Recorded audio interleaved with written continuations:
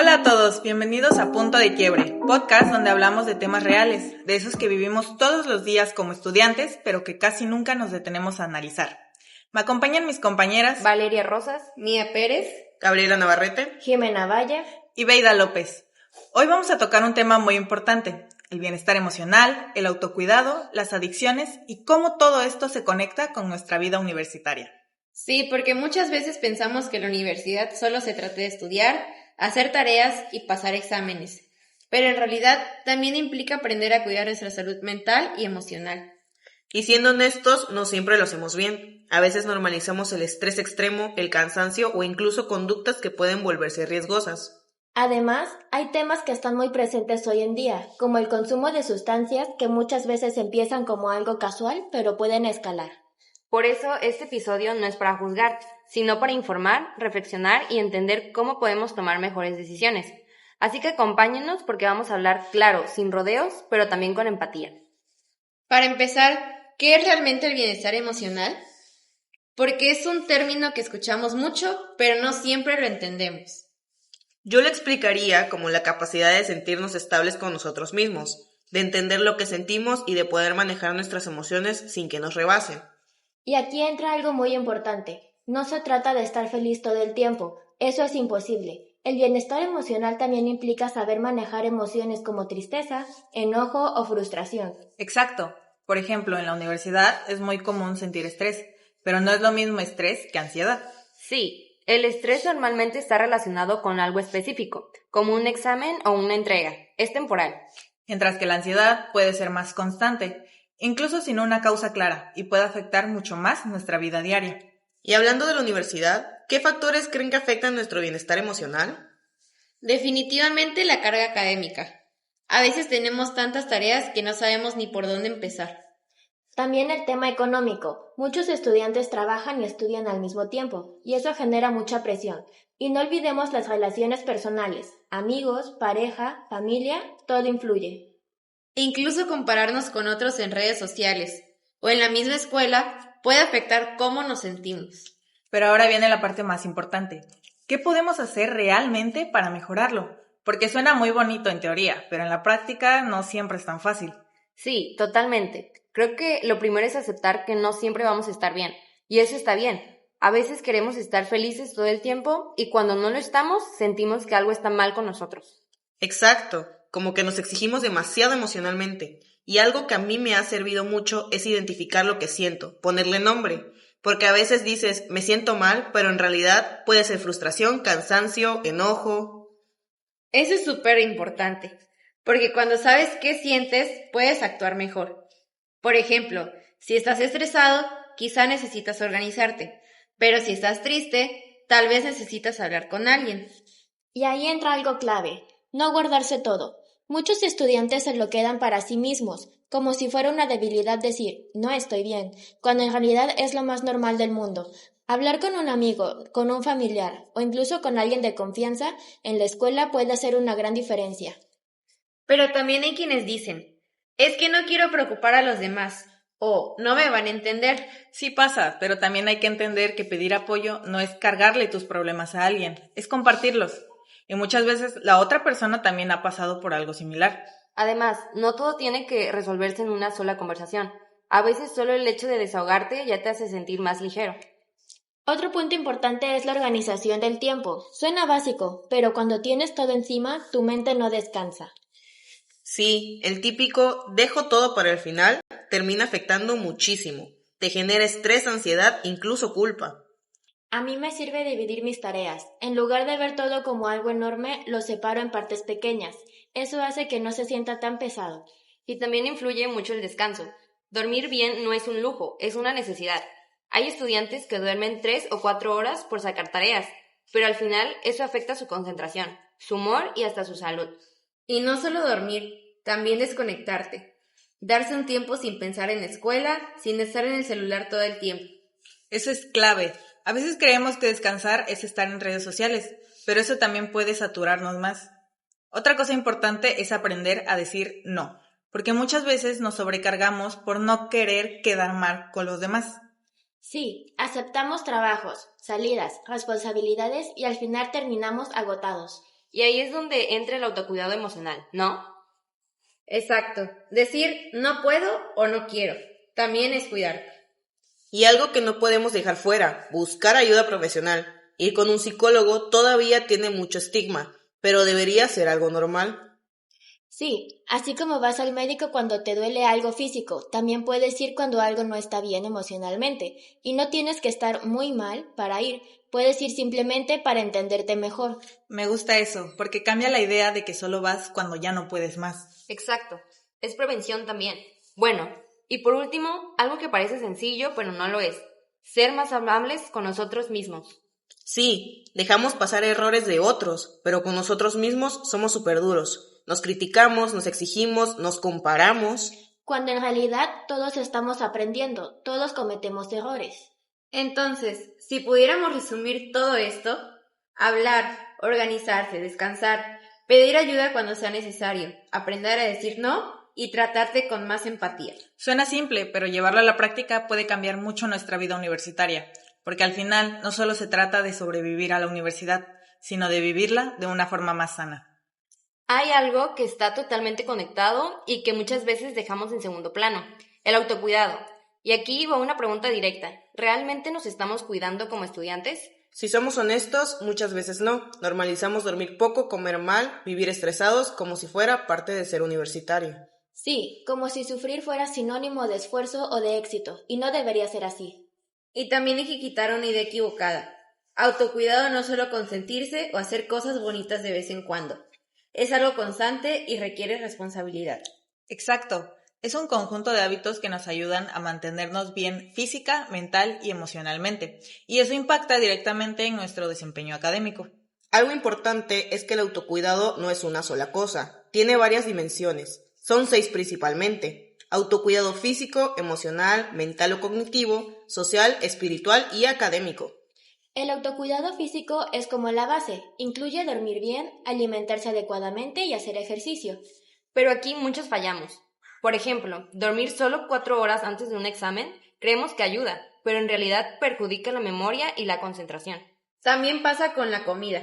Saltarse comidas o vivir de comida rápida afecta tu energía. Y no se trata de hacer rutinas extremas.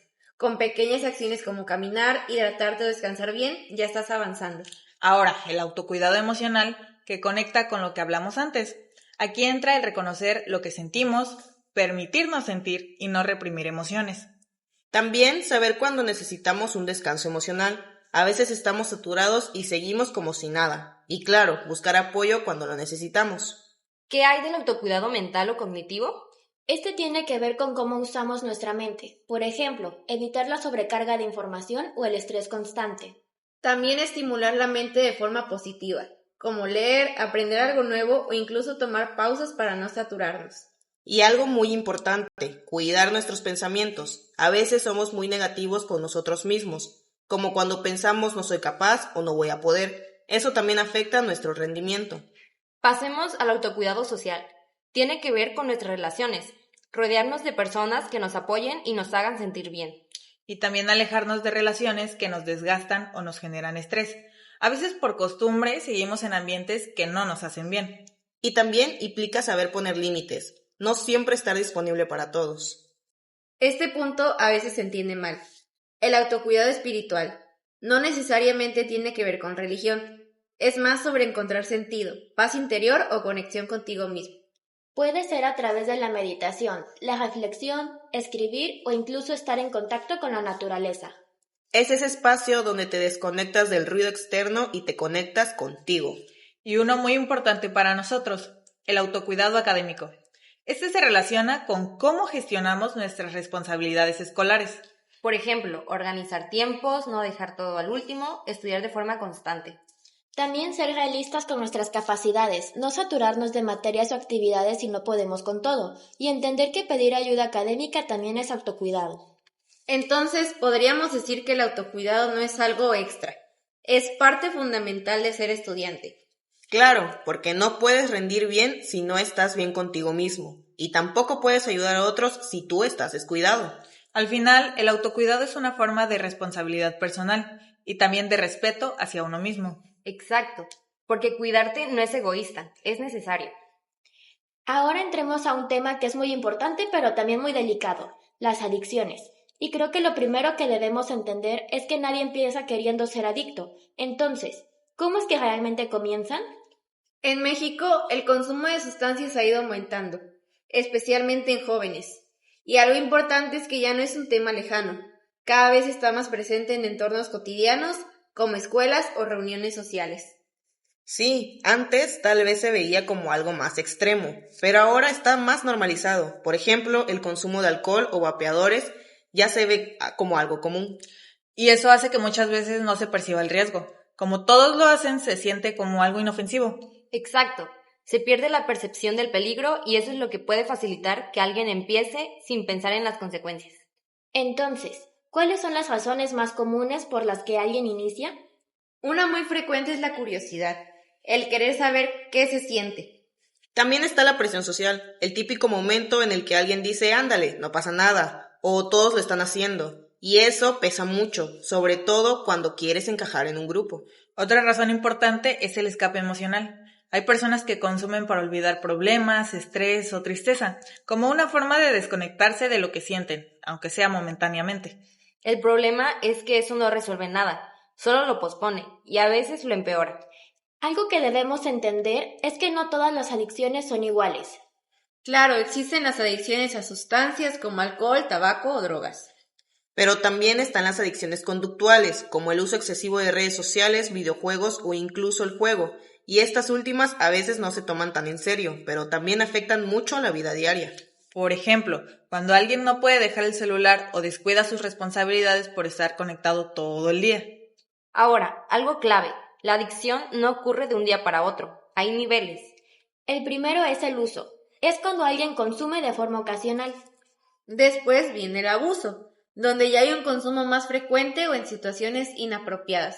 Y finalmente la dependencia, donde la persona siente que no puede funcionar sin una sustancia o conducta.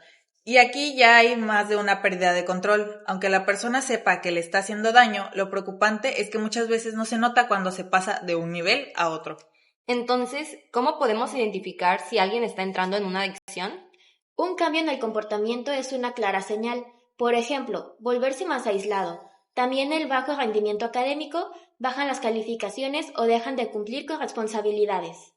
Cambios en el estado de ánimo, irritabilidad, tristeza o ansiedad. Incluso cambios físicos como cansancio constante o descuido personal. Y algo importante, dejar de disfrutar cosas que antes les gustaban. ¿Y por qué será tan difícil prevenir las adicciones? Una de las principales razones es el estigma.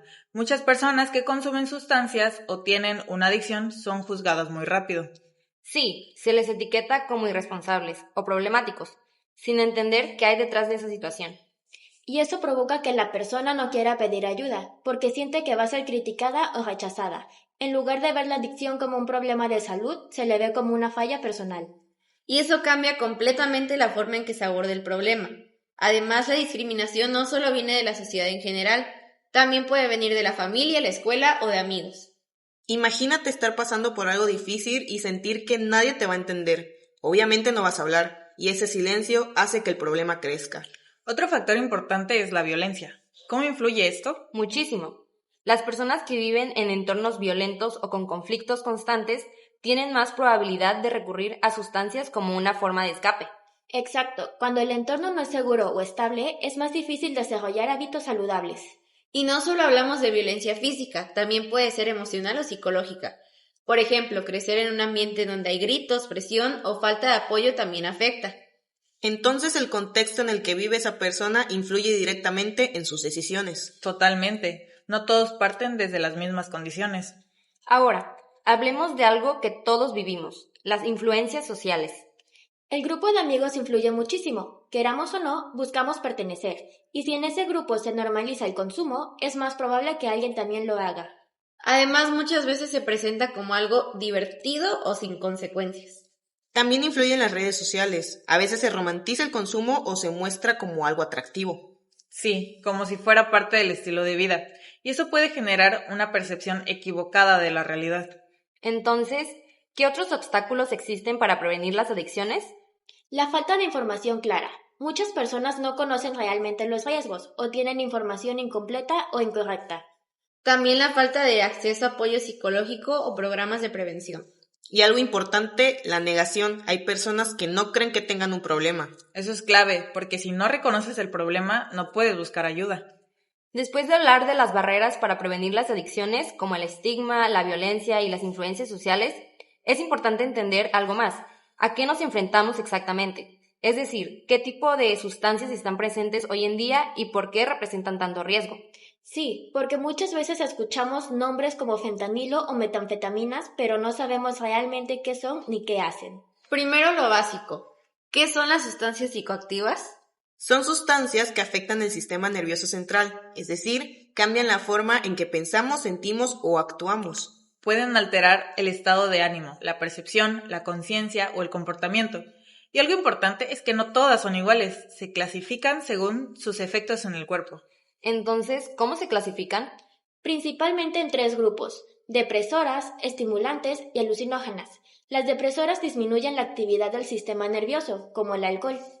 Las estimulantes hacen lo contrario, aceleran el sistema, como las metanfetaminas.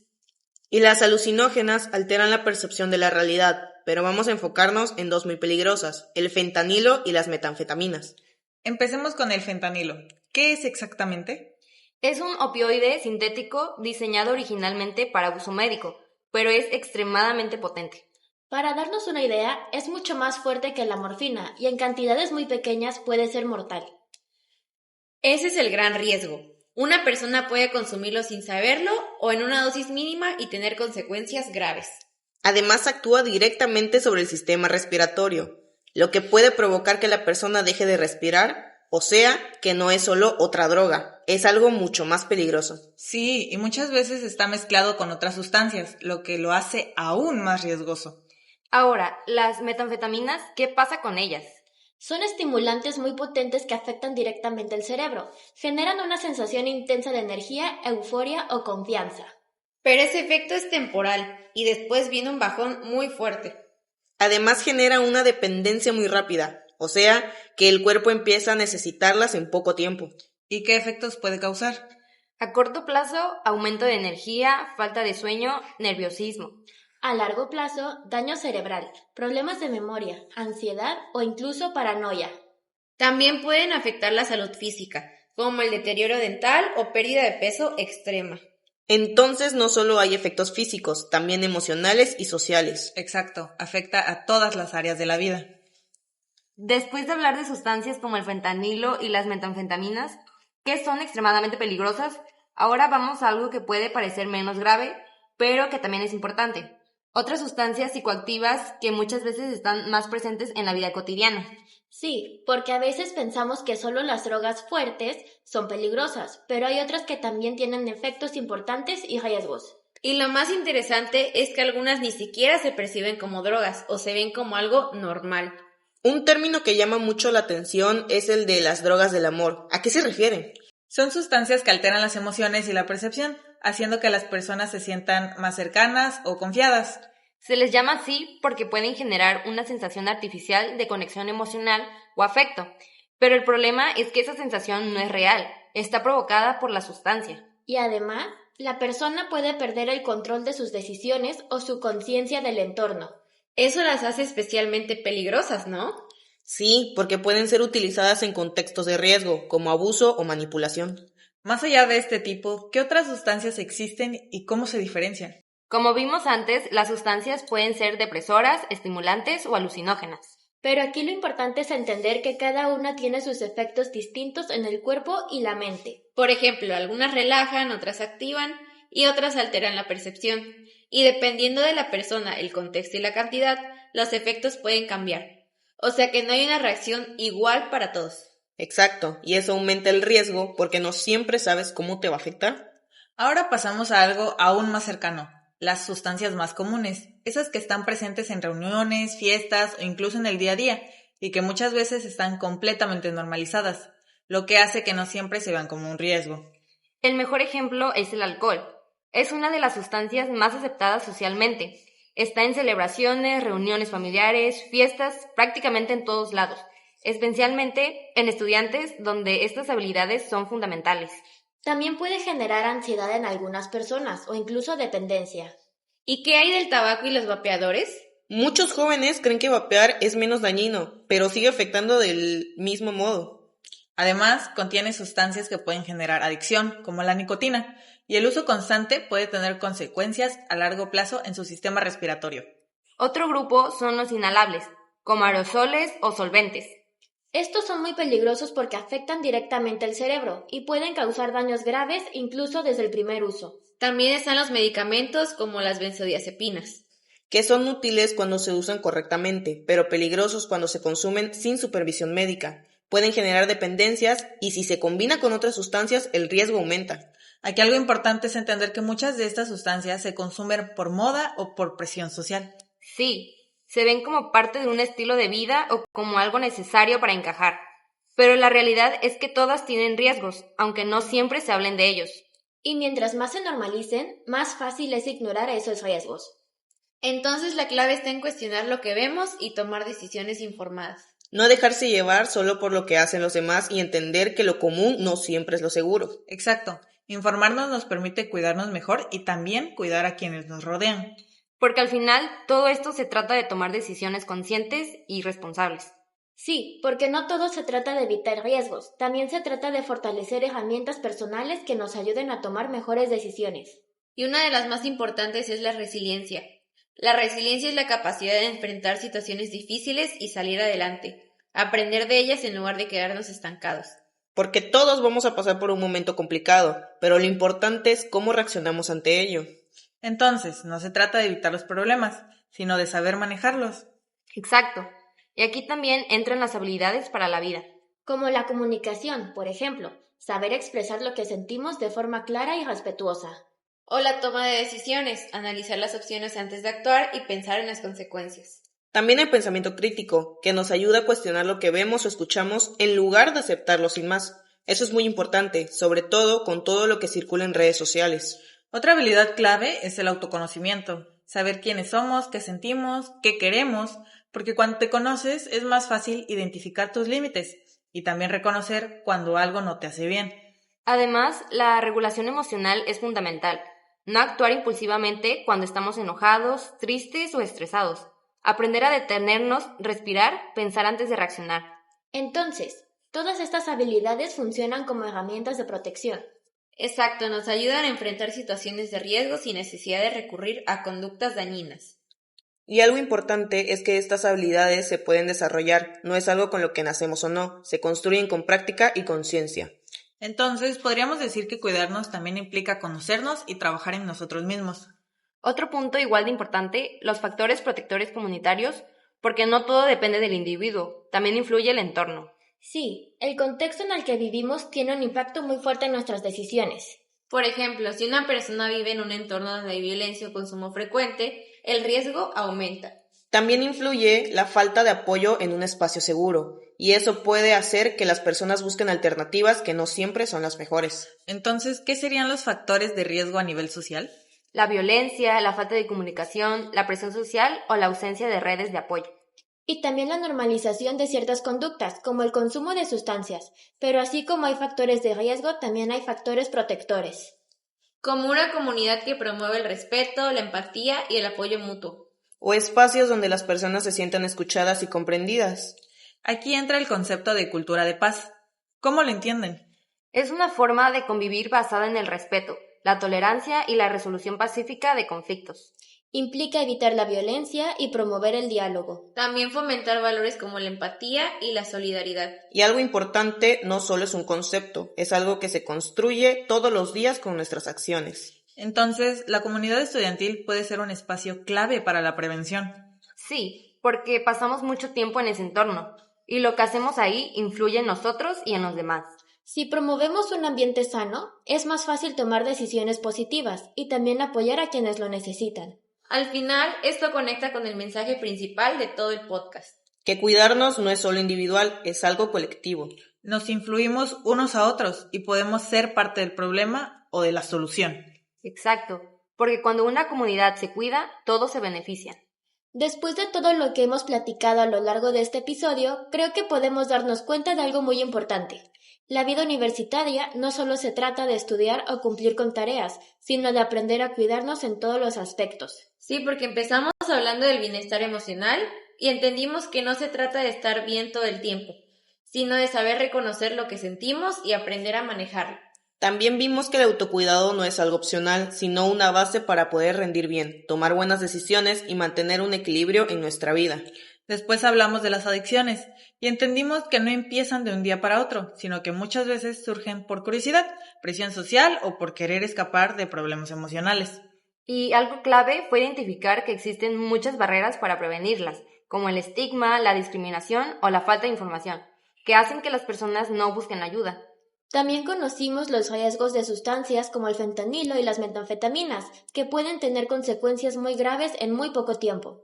Y no solo esas, sino también las sustancias más comunes como el alcohol, la marihuana o los vapeadores, que muchas veces se ven como normales, pero también implican riesgos.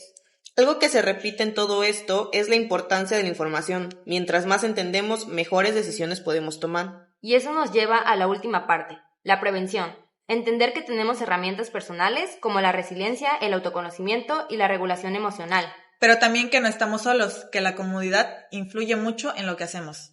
Podemos construir espacios donde haya apoyo, respeto y empatía. Entonces, si tuviéramos que resumir todo este episodio en una idea, cuidarnos es una responsabilidad diaria y también una decisión consciente. Que impacta no solo en nosotros, sino en quienes nos rodean. Exacto, y por eso el mensaje final no es complicado, pero sí muy importante. Me cuido. Te cuidas, nos cuidamos. Gracias por acompañarnos en este episodio. Esperamos que esta información no solo se quede aquí, sino que realmente te ayude a reflexionar y a tomar decisiones más conscientes en tu vida diaria. Nos escuchamos en la próxima.